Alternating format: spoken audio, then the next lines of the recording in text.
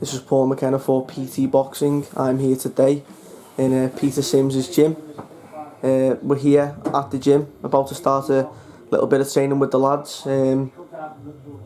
Lucian Reid, 1-0 now, obviously made his pro debut on May 30th at the O2. He's next out September the 12th. Very, very highly rated and looking to be a good kid, Peter. Yeah, he's he's a big prospect, Lucian Reid. He was an ABA elite champion. I signed him on this year. He had his debut on May 30th. Fought a kid who was 126 fights, a tough journeyman from Slovakia, Hungary, South Eastern European, but he was a tough kid. Lucian, I've stopped him in the 4th round. I've got Lucian out again on the 12th of September. Again at the O2 Arena. We're just trying to get an opponent now. We've had a few names put forward, we've tried them. It's getting a little bit difficult to get them a fight even now in his second fight. People obviously don't want to take him on. But he's a good prospect. I've got a lot of thing in him that he's going to be one of the top fighters in this country. Yeah, good platform as well, obviously. Signed with Matchroom with Eddie Hearn, and this will be his second fight and at the O2 again. So it's a good chance for Lucian to show some of the fans that what he's all about. Yeah, it is a good chance. I hope he gets a bit of television time. Yeah. If you're on, but it's his second fight. It's only to say it's his second pro fight. He's just come into the game. It's all learning for him. It's a big platform to learn on the O2. A lot of fighters just start their careers. They first debut, they might box at York Hall or somewhere else. A little one sort of undercard show. But straight in, he was into the big show, the O2. The Kevin Mitchell, Lenari's built, massive fights and that name, Selby Big relevant television, big fights. He went in there, just took it in his stride. He was so relaxed at that night, and I can't see anything different from his second fight at the O2. He just takes everything in his stride. He's boxed at the Echo Arena in Liverpool in the ABA, so he's used to quite big arenas, but nothing phases the kid. He's so calm and collected, and he has a bit of banter in the dressing room. And he just gets on with it, really. Going from Lucian to Dean Byrne, polar opposites, I suppose. Dean's been around the block. He's fought in America. He's fought in Australia, I believe, as well, early in his career. And he's got some names on his resume. He got that draw with Carson Jones. But obviously, unfortunately, lost in his last fight. But obviously, he's trying to get up there again, and obviously training with yourself. Yeah, Dean come to me. He fought Roman Bellier for the WBA Continental fight, I think, in Monaco on the Golovkin undercard, which is an hard fight for him. He got his nose broken in that fight straight after that fight. I think he went into the prize fighter and got beat. But as you say, Dean won the Australian welterweight title when he was like 19-20. He went from there, went to Freddie Roach's gym, was out there for 3 years, sparred many rounds with Manny Pacquiao. As you say, fought Carson Jones, got a draw with Carson Jones, Believ. He fought David Arienta, who was ranked one above Roberto Guerrero in the WBC rankings. I think he ranked 7th in the world. From that fight, Dean would be the first one to tell you, he knows he's not at world-class level no more. He's 31 there, Dean. But I think he's still got something to give at domestic class, domestic level. And we're looking at him to fight for an Irish title now. So hopefully that happens before Christmas this year. And just see where we go from there. If he can grab the Irish title, maybe we get a European title shot off the back of it, or whatever comes off of it. But as I said, Dean's the first one to tell he's not at that level anymore that he was once, and he just loves being in the gym. Anyway, he trains. He's a big character to have in the gym. He's a mad Irishman. And that's how he is. Hopefully he goes on to do well. Another fighter who's only had one fight now, stoppage in the first minute, I think, of the first round, is Craig Spider Richards, fighting at super middleweight. Looks to be exciting. Obviously, we haven't seen much of him yet, only a minute, but as I said, he looks to be an exciting fighter. So another one that you've got here that's up and coming and going to be a good fighter in the future. Yeah, Spider Richards is a little hidden gem. No one really knows a lot about him. One of Aaron Gay, gold elite middle, but he's been out in the States. He's sparred rounds with Gabriel Rosado. He's been about, he's 24, 25 now, Spider. But he's a little hidden gem. He's a 6'3" super middleweight. He fights a bit like Thomas Hearns. He can whack a bit. He's got knife range. He's a nice boxer. And as you said, he made his debut against James Charles. It was a tough journeyman. Don't get stopped a lot. and he come out and had a go in the first round. I think he done it in 49 seconds. Yeah. Caught him with a couple of shots, and it was all over, opened the kid's eye up.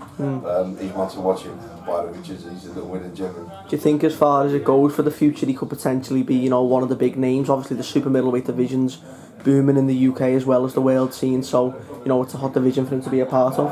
I think he will be. I think he will give any super middleweight troubles in time. Yeah. Obviously he just started out his career. He's 1-0. He's coming into it's a big, massive weight division. There's been some great fighters out in that division in our country. Like we've still got now, sort of like coming through. Callum Smith, Rocky Fielding, the fight for the British title. Yeah. That sort of level. But underneath the British title level, English title level, and the man at Southern areas are. I think I would chuck Spider Richards with anyone in there tomorrow. Yeah. On it, and it's not, that's not an exaggeration. Yeah. I would put him in anyone that's sort of like area level. Tomorrow I'll chuck him in there and he'd give him massive problems. And when's I think he made his debut at York Hall, I think, Spider, and yeah, he made his debut at York Hall. Yeah. When are we gonna see Spider? He's next fighting time? again on another Matchroom Fight Pass show on the 10th of October. Yeah. At York Hall again. And Lucian's fighting September 12th. Lucian's fighting September 12th, and I've got Spider Richards and Ben Hall on 10th of October on the Matchroom show. Okay. Moving on to Ben Hall, 7 fights now, won 6, drew 1. What do you make of his progress? So now obviously the draw was, I suppose, not so much a setback, but maybe just halted the progress by a couple of months maybe. But I suppose it's all a learning process for him. Yeah, it's a learning process. Ben had a few problems coming into that fight, and early in his career, I took him after he had 2 or 3 fights with Paul Cook, and he was having a few problems in the later rounds of fights, and I couldn't put my finger on it. But we went through different processes. We got him a sports psychologist to talk to him, see what was going on. Then I got him a nutritionist and a strength conditioner, and it seems all gelled together now. Yeah. And his last fight, he fought that Van Pooch, who another tough journeyman. Put him down a couple of times as well. He put him on the floor 3 or 4 times. Yeah. And he put him over 3 or 4 times, give him a lovely big boost in confidence. But going back to the Ryan Thomas fight, I think in a way it sort of done us a favour, because it made us sort of like stand up and go, hold on, there's something going on here. Because the first 3 rounds he absolutely controlled the fight, and then he just died in the 4th and 5th round. So it made us stand up and say, look, there's a problem here, we've got to address it. And I think if it wasn't for that fight, we might have just bypassed the problems. Just carried on. And it could have potentially ended up. Potentially later in his career, he could have ended up getting beat. Yeah. So really, it was a blessing in disguise with the Ryan Thomas fight. But I've got big hopes for Ben Hall. I'm hoping to get him a title before the end of the year, an English title or some area title. I think he's ready for that. He's fighting on the 10th of October again, as I said, at York Hall on Spider Richards on the Matchroom Fight Pass show. So we'll see where we go from there. Yeah. Do you think, as far as there's a possibility between the Toms rematch, or do you think that's not really necessary for Ben, or maybe? I mean, if the Toms rematch I haven't written off at all, I'd be more than happy to fight. I'd like to fight Ryan Thomas for Southern area title or something like that. Or eliminate her for an English. Adds a little bit more to the... For a little like that, yeah. I'd like to put Ben back in with Ryan Thomas at some stage. Yeah. If it's there, it's feasible for it to happen. But at the minute, I'd like Ben really going to concentrate on titles. I'd like him to fight Freddie Turner for the Southern area title, or the winner out of Freddie Turner or Kishaji Dewey, something like even that Mansouri for the English title. After this fight on the 10th of October, that's the sort of fights that I'm going to look out for Ben Hall. Yeah, definitely. So we've mentioned them 4 fighters now. Is there anyone else at the minute that you're saying in here, Peter? I've got Jimmy Cooper, who's a kid from Southampton. Yeah. He's had 2 fights. Did he drew his first and won the second? He drew his debut. He had a boxing since 2012, and he had loads of ring rust. But he ain't a bad kid. He was an England international kid. Yeah. He ain't got a bad record. He's like 6 foot. He's a featherweight. He's another awkward kid. Yeah. He's fighting on the 17th of October next on the Steve Goodwin show at York Hall. So that'll be his 3rd fight. He drew 1 and won 1. So we'll see how he goes from there. But he's down in Southampton at the minute. He'll be coming up sort of like mid-September to finish his last 4 or 5 weeks off up here. Yeah, as far as it goes in the gym, it looks like there's a good atmosphere, a good bunch of lads, and they all have a laugh. Who would you say the joker is, if you like, in the dressing room in the gym? Well, Dean Byrne's a man, isn't he? He's a man Irishman, isn't he? He gets everyone edgy, everyone up. But they're all nice kids. None of them have got egos. they're all very grounded, you know, they're all level-headed kids, you know.